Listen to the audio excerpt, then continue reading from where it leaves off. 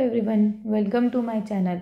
आज हम chapter 7 of the geography पढ़ेंगे जिसका टाइटल है major landforms of the earth. अब जो लैंडफॉर्म्स होते हैं वो क्या होते हैं। अब जो अर्थ का सरफेस है वो रेगुलर तो है नहीं, कहीं पे रग्ड है, कहीं पे रफ है, कहीं पे फ्लैट है, कहीं पे हिली है। तो इसलिए हम डिफरेंट टाइप्स ऑफ लैंडफॉर्म्स देखते हैं। जो आज के हम 3 मेजर लैंडफॉर्म्स देखेंगे वो होगा माउंटेन्स, प्लाट्यूज और प्लेन्स। 3 लैंडफॉर्म देखेंगे जो मेजर लैंडफॉर्म क्लास 6 में पढ़ाए जाते हैं। तो आज के लेक्चर का जो आउटलाइन है वो है इंट्रोडक्शन देखेंगे, माउंटेन्स देखेंगे, plateaus, plains, landforms and the people की कहाँ कौन से लैंडफॉर्म में कौन से लोग रहते हैं। अब हमने देखा कि हर जगह सरफेस सेम नहीं है, तो जब वैरायटी ऑफ लैंडफॉर्म्स हैं वो इसलिए ये हैं क्योंकि अर्थ का सरफेस हर जगह सेम नहीं है। तो यहाँ पे जो लैंडफॉर्म्स हैं वो 2 प्रोसेस से बनते हैं। 2 प्रोसेस होती है, एक इंटरनल होती है और एक एक्सटर्नल होती है। जो इंटरनल प्रोसेस होती है, एक तो अर्थ का मूवमेंट होता है आउटसाइड मूवमेंट, जिसमें आता है रिवॉल्यूशन और रोटेशन जो हमने पहले पढ़ा था, जिसकी वजह से डे एंड नाइट और सीजन चेंज होता है। एक होता है इंटरनल मूवमेंट ऑफ द अर्थ, जिसके बारे में हमने देखा था लिथोस्फीयर में कि प्लेट्स होती हैं। तो जब प्लेट्स मूव करती हैं तो इंटरनल मूवमेंट होता है, उसकी वजह से जो लैंडफॉर्म बनते हैं उसको बोलते हैं इंटरनल प्रोसेस। और एक होता है एक्सटर्नल में हो गया कि विंड, वाटर, सनलाइट, ये सब अर्थ के आउटसाइड से हो रहे हैं, लेकिन जो प्लेट्स है वो अर्थ के इनसाइड में है, तो उसको इंटरनल बोल देते हैं। तो इन ये 2 प्रोसेस की वजह से हमारे वेरियस लैंडफॉर्म्स बनते हैं। जब इंटरनल प्रोसेस होती है तो अपलिफ्टमेंट हो जाता है या तो लैंड का, या सिंक हो जाता है लैंड, क्योंकि जब प्लेट्स कोलाइड करती है तो स्पेस नहीं होता, तो या तो अपलिफ्ट होएगा तो या फिर वो डाउनवर्ड सिंक हो जाएगा। और जो एक्सटर्नल प्रोसेस होती है उसमें बहुत सारी प्रोसेसेस हो जाती हैं। सपोज एक है डिपोजिशन हो जाता है। आपने सुना होगा कि जब रिवर चलती है कोई तो वो अपने साथ बहुत सारा स्टोन्स, रॉक्स, मड वगैरह ये सब कैरी करके चलती है। जब वो सारा एंड में जाकर वो एक रिवर ओशियन में गिरता है या सी में गिरता है, तो वहाँ पे वो अपना सारा जो इसने सामान इकट्ठा करा था ना वहाँ डिपॉजिट कर देती है और उसको डेल्टा बनाती है। जब वो डेल्टा बनाती है तो उसको डिपोजिशन बोलते हैं। डिपोजिशन मतलब इकट्ठा करना। तो जब वो सारा सामान इकट्ठा कर देती है उस प्रोसेस को डिपोजिशन बोल देते हैं। तो बस दो प्रोसेस हो गई, इंटरनल और एक्सटर्नल हो गई। जो एक्सटर्नल है उसमें इरोजन भी होता है। जो सॉइल इरोजन होता है, सॉइल इरोजन वो भी एक्सटर्नल प्रोसेस से होता है। सॉइल इरोजन से भी वेरियस लैंडफॉर्म्स बनते हैं। और जैसे आप देखोगे स्लोप्स होती हैं, उसमें भी विंड से इरोजन होता है, सारे रॉक्स छोटे हो जाते हैं, सनलाइट से इरोजन होता है। तो बहुत सारे रीजन्स हैं इरोजन होने के। रनिंग वाटर है, आइस है, विंड है, तो ये सब इरोजन के वो हैं, मीडियम ऑफ इरोजन। अब देखेंगे 3 टाइप के लैंडफॉर्म्स हम, माउंटेन्स, प्लेट्यूज और प्लेन्स। सबसे पहले देखते हैं माउंटेन क्या हो गया कि ये हो गया प्लेन सरफेस, मतलब लो लैंड हो गया। इसमें जब एक सरफेस पे एक हाई लैंड बन जाता है कि मतलब उठा हुआ पोर्शन, तो उसको हम माउंटेन बोल देते हैं। अब एक आपने सुना होगा एक हिल होता है, तो इन दोनों में डिफरेंस क्या है, माउंटेन और हिल नहीं, एंड दोनों चीज़ अलग होती हैं, पर लोग कॉमनली बोल देते हैं हिल है या माउंटेन। जो मेन डिफरेंस होता है ये होता है कि अगर हाइट 600 मीटर से ज़्यादा है तो उसको माउंटेन बोल देते हैं, और लेस देन 600 मीटर है तो उसको हिल बोल देते हैं। तो ये मेन हाइट का ही है। तो जो माउंटेन है वो एक हायर एलिवेशन पे होता है, ब्रॉड बेस होता है उसका। कुछ माउंटेन्स तो ऐसा होता है कि क्लाउड्स के भी ऊंचे चले जाते हैं, कि क्लाउड्स यहाँ पे क्लाउड्स हो जाते हैं कि माउंटेन का हाईएस्ट पॉइंट भी नहीं दिखता है, सारा ये क्लाउडी हो जाता है, क्योंकि वो माउंटेन क्लाउड से भी ऊंचे चले गए। और जैसे जैसे आपने सुना होगा, हमने पढ़ा था कि ट्रोपोस्फेयर में जैसे जैसे हम ऊपर जाते हैं वैसे वैसे टेम्परेचर कम होता चला जाता है। इसलिए जैसे हम समर सीजन में घूमने जाते हैं, हम जैसे हमारे यहाँ गर्मियों की छुट्टियाँ पड़ती हैं नॉर्दर्न प्लेन्स में, तो हम क्या करते हैं, हम सीधा माउंटेन्स पे चल देते हैं। हम जाएंगे शिमला घूमने, हम मसूरी चले जाते हैं, धर्मशाला चले जाते हैं। तो वो इसलिए जाते हैं क्योंकि वहाँ पे हमें वेदर बहुत अच्छा मिलता है, वहाँ ठंडा मौसम मिलता है। यहाँ पे बहुत गर्मी हो जाती है, तो वो इसलिए ही है क्योंकि वो हायर एलिवेशन पे, जैसे जैसे एलिवेशन बढ़ती है, एलिवेशन का मतलब हमने बताया था height, in easy form height समझ लो। तो जैसे जैसे हाइट बढ़ती है वैसे वैसे ठंडा होता चला जाता है। कुछ माउंटेन्स तो परमानेंट ही आइस से ढके रहते हैं, उनको हम बोल देते हैं ग्लेशियर्स। और ये मेजर सोर्स ऑफ रिवर्स है, सोर्स ऑफ रिवर्स, यहीं से सारी रिवर्स निकलती हैं। जो पेरिनियल रिवर्स होती हैं, पेरिनियल मतलब जिसमें जो सूखती नहीं है, जिसमें 12 महीने पानी रहता है, उनको पेरिनियल रिवर्स बोलते हैं। Northern side of the country में पेरिनियल रिवर्स चलती हैं, वो इसलिए ही क्योंकि जो ग्लेशियर्स हैं वो इन रिवर्स का सोर्स है। तो पेरिनियल रिवर्स ग्लेशियर से निकलती हैं। और कुछ माउंटेन्स ऐसे भी हैं जो अंडर द सी होते हैं, ये हमारे सी है, सी के अंदर भी माउंटेन्स होते हैं। ये मोस्टली वॉल्केनिक होते हैं। वॉल्केनिक माउंटेन अभी हम आगे पढ़ेंगे। तो वॉल्केनिक मतलब जहाँ अर्थ के अंदर से मैग्मा होता है वो बाहर आ जाता है लावा की फॉर्म में, और फिर वो ठंडा होकर जब यहाँ जम जाता है तो वो एक माउंटेन की फॉर्म ले लेता है, तो वो अंडर द सी माउंटेन्स भी होते हैं। अब माउंटेन्स पे रहना ना इतना आसान नहीं होता, वहाँ पे एक तो क्लाइमेट का इशू आ जाता है, क्लाइमेट हार्श होता है थोड़ा, एक्सट्रीम ठंड होती है, स्नोफॉल होती है, और साथ ही फार्मिंग भी इतनी इजी नहीं है जितना यहाँ पे प्लेन्स में होती है। ऊपर से रोड्स भी वन साइडेड रोड्स होती हैं, एक्सीडेंट और ये सब का भी बहुत डर रहता है। आप यहाँ पे अगर आप प्लेन्स में रहते हैं तो फिर आप रात को 2 बजे भी कहीं से आ सकते हो, 2 AM पे भी कहीं पे भी ट्रैवल कर सकते हो, लेकिन पहाड़ों पे डर रहता है। तो ये सब है कि मतलब life is not easy on mountains. अभी देखो ये है ग्लेशियर्स, यहाँ सारे में आइस है। ये मेजर माउंटेन रेंजेस हैं ऑफ द वर्ल्ड। यहाँ पे एंडीज़ है, ये लॉन्गेस्ट माउंटेन रेंज है, नॉर्थ टू साउथ अमेरिका तक जा रही है। इंडिया की हिमालयाज़ हो गई, यूरोप में एल्प्स हो गया, ये यूराल्स हो गया, ये एशिया को और यूरोप को अलग अलग करता है। तो ये सब मेजर माउंटेन रेंजेस हैं ऑफ द वर्ल्ड। अब माउंटेन बहुत ज़्यादा मतलब जैसे लाइन में हो गए, ऐसे ऐसे ऐसे ऐसे, तो ये लाइन में जो बनते हैं इनको हम रेंज बोल देते हैं, इनको रेंज बोलते हैं, माउंटेन रेंज है। जैसे अभी हमने देखा एंडीज़ लॉन्गेस्ट माउंटेन रेंज है, तो वो माउंटेन्स कंटिन्यूस उसमें है, तो इसलिए एंडीज़ जो है वो माउंटेन लॉन्गेस्ट माउंटेन रेंज है। और कुछ रेंजेस ना पैरेलल भी होते हैं कि ये एक रेंज ये चल रही है, एक रेंज ये चल रही है। तो और ये बहुत लंबे लंबे मतलब बहुत किलोमीटर्स में भी होते हैं, ऐसा नहीं है कि यहाँ पे 1 किलोमीटर का माउंटेन है और उसके बाद गायब है, उसके बाद 1 किलोमीटर का माउंटेन है, लेकिन जो रेंजेस होती हैं वो कंटिन्यूस होती है, वो ऐसे ऐसे ऐसे ऐसे हंड्रेड्स ऑफ किलोमीटर में भी फैली होती हैं। ऐसा नहीं है कि मतलब 1-2-3 किलोमीटर में ख़त्म हो जाती हैं रेंजेस। और जो इंडिया का मतलब इंडिया का भी हिमालयाज़ है, और एल्प्स हो गया यूरोप का, एंडीज़ हो गया साउथ अमेरिका का, ये सब माउंटेन रेंज के एग्जाम्पल्स हैं। अब देखेंगे 3 टाइप्स ऑफ माउंटेन। फर्स्ट है फोल्ड माउंटेन।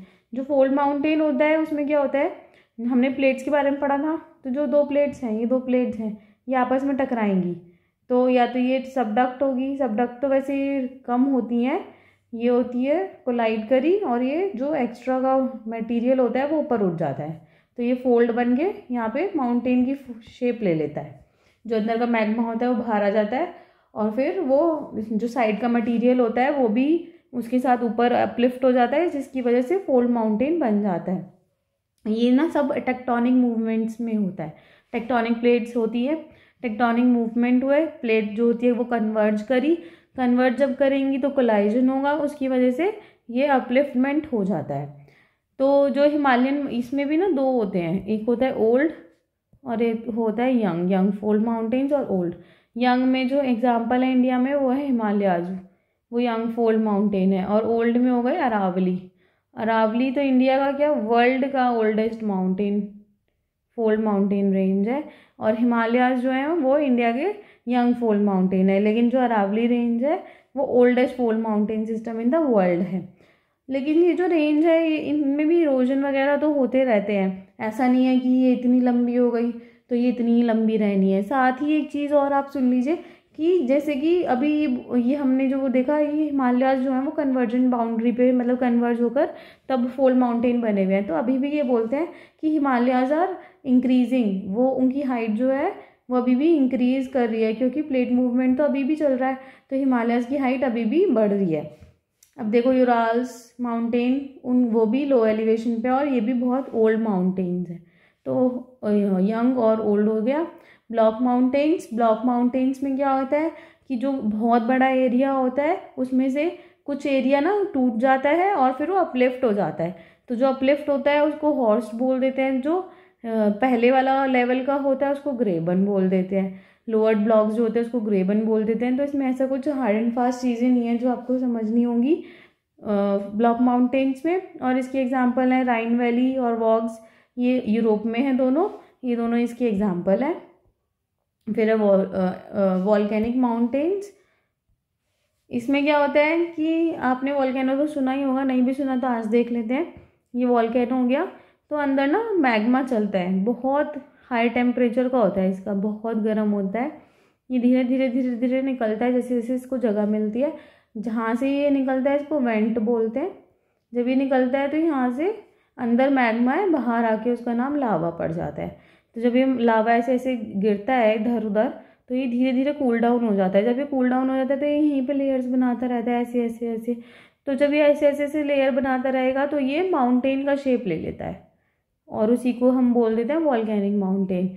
अंडर सी जो हमने पढ़ा था कि माउंटेन होते हैं, वो उसका रीज़न भी यही है कि वहाँ पे भी वॉल्केनो फटते हैं और फिर वो जम जाता है लावा, और वो माउंटेन की फॉर्म में कन्वर्ट हो जाते हैं।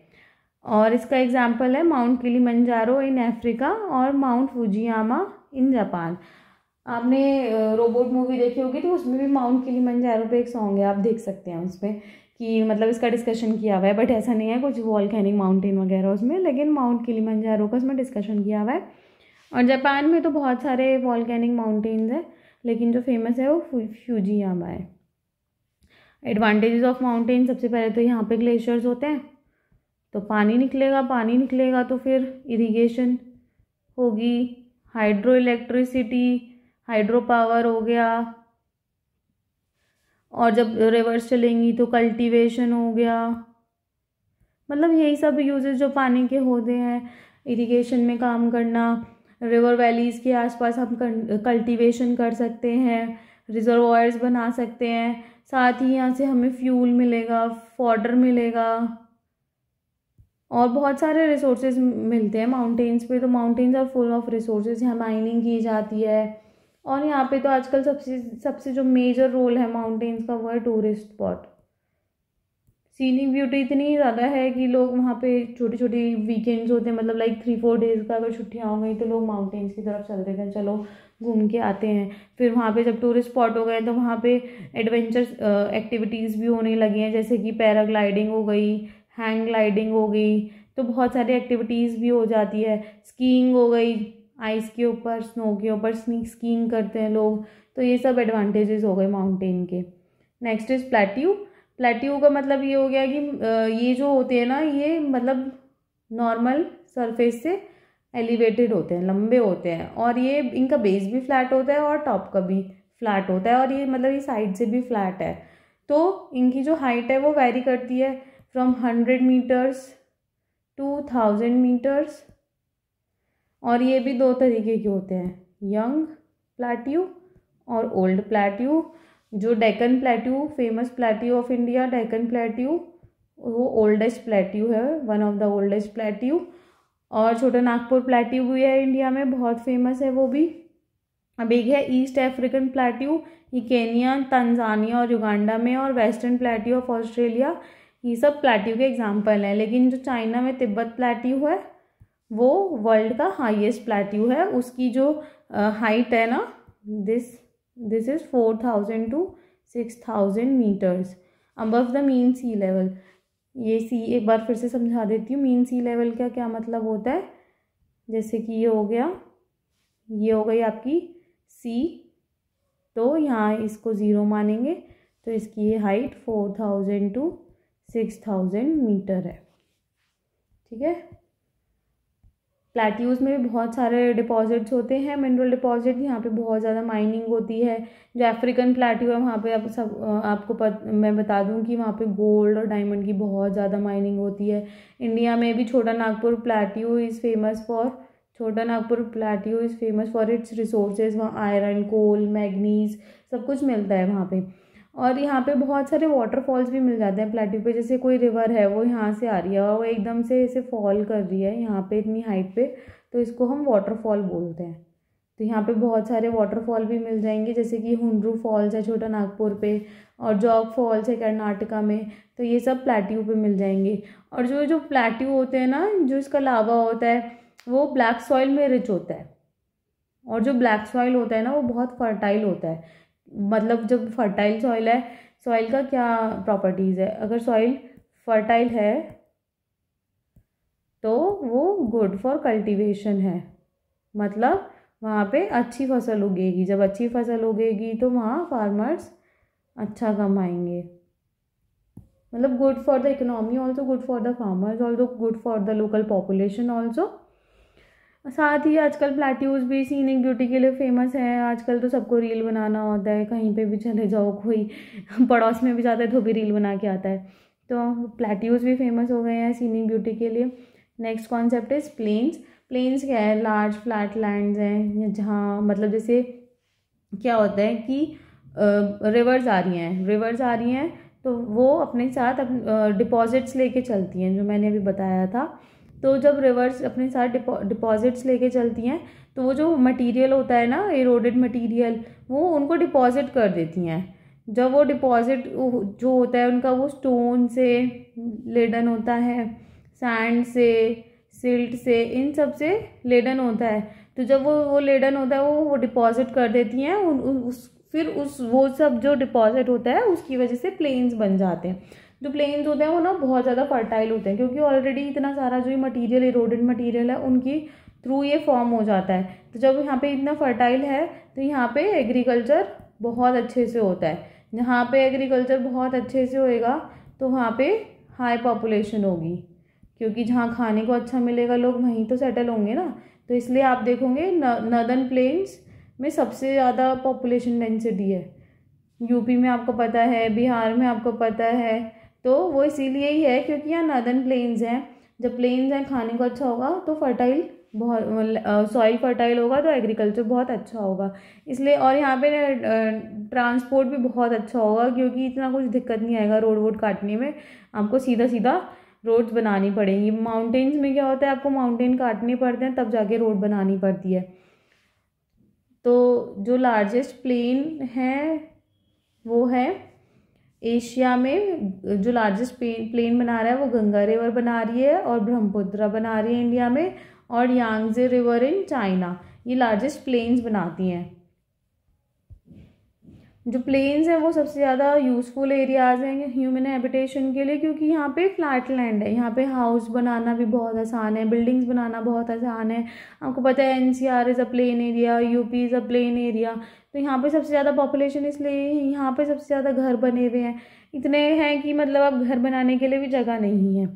तो यहाँ पे फर्टाइल सॉइल होती है, यहाँ पे अच्छी कल्टीवेशन होती है।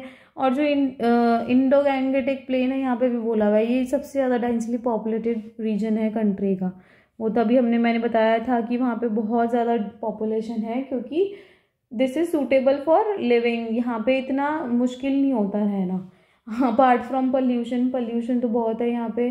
तो लेकिन फिर भी as compare to mountains, plains पे रहना ईजी होता है।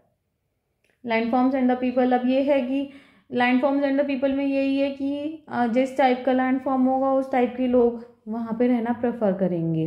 जो प्लेन्स है वहाँ पे अच्छी कंडीशंस होती हैं, वहाँ पे आसानी से कल्टीवेशन हो जाता है, आसानी से रोड बन जाती है, आसानी से घर बन जाते हैं एज़ कम्पेयर टू माउंटेन्स। तो लोग वहाँ ज़्यादा रहना पसंद करेंगे। और मतलब डिस्ट्रक्शन भी प्लेन एरिया में कम होता है। माउंटेन्स में क्या होता है, कभी भी लैंडस्लाइड हो जाती है, तो वहाँ पे जब लैंडस्लाइड हो जाएगी तो सारा रूटीन डिस्टर्ब हो जाता है।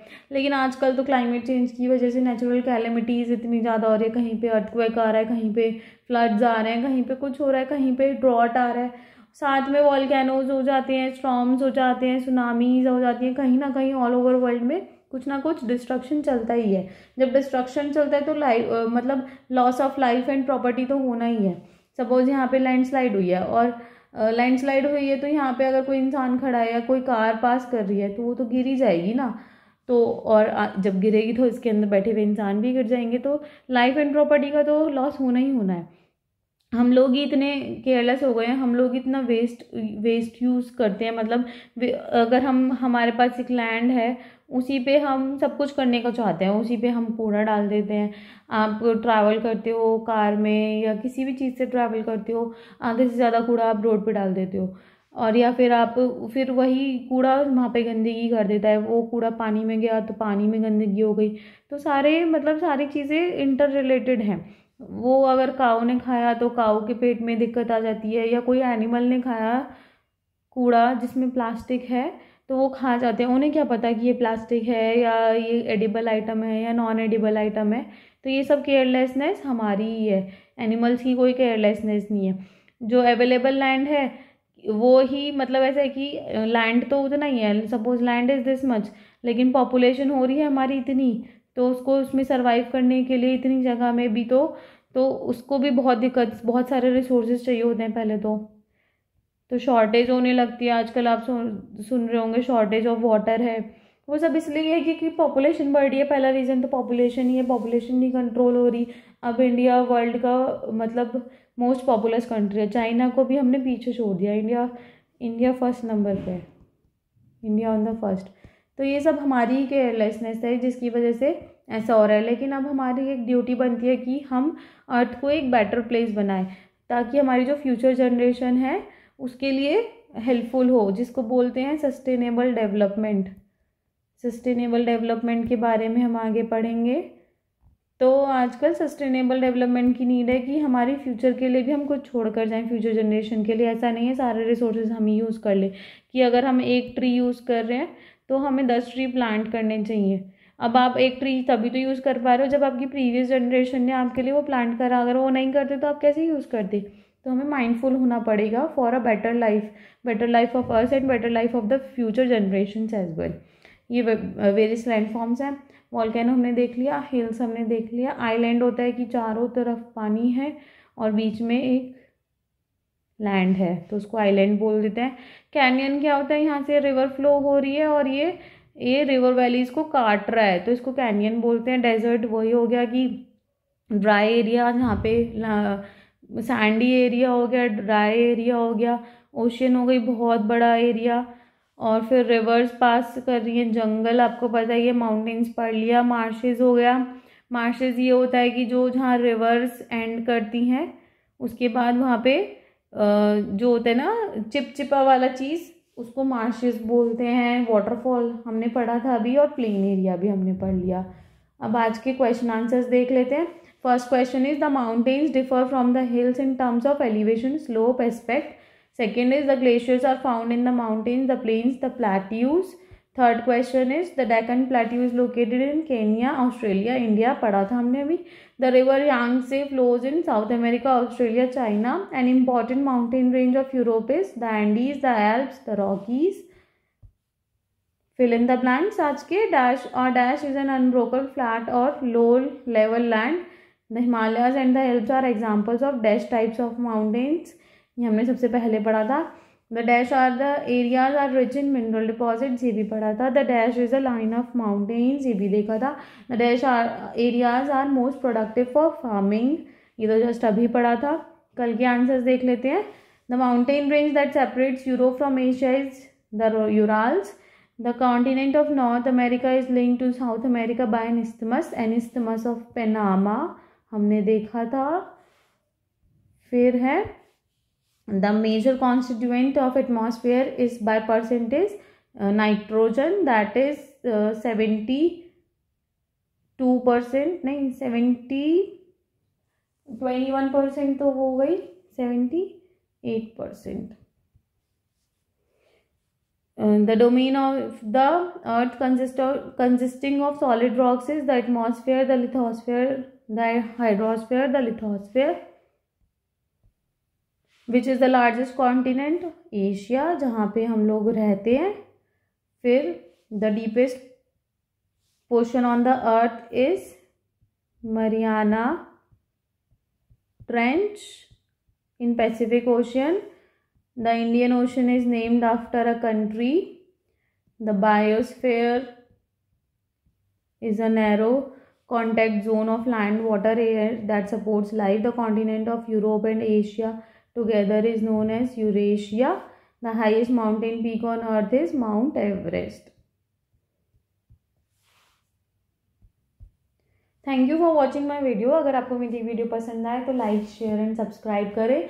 आज के क्वेश्चन के आंसर्स कमेंट बॉक्स में बताएं, और अगर आपको मेरी वीडियो में कुछ कमी लग रही है तो डिसलाइक करके मुझे रीज़न बताएं कि क्या पसंद नहीं आ रहा, मैं उसको इम्प्रूव करूँगी। Thank you.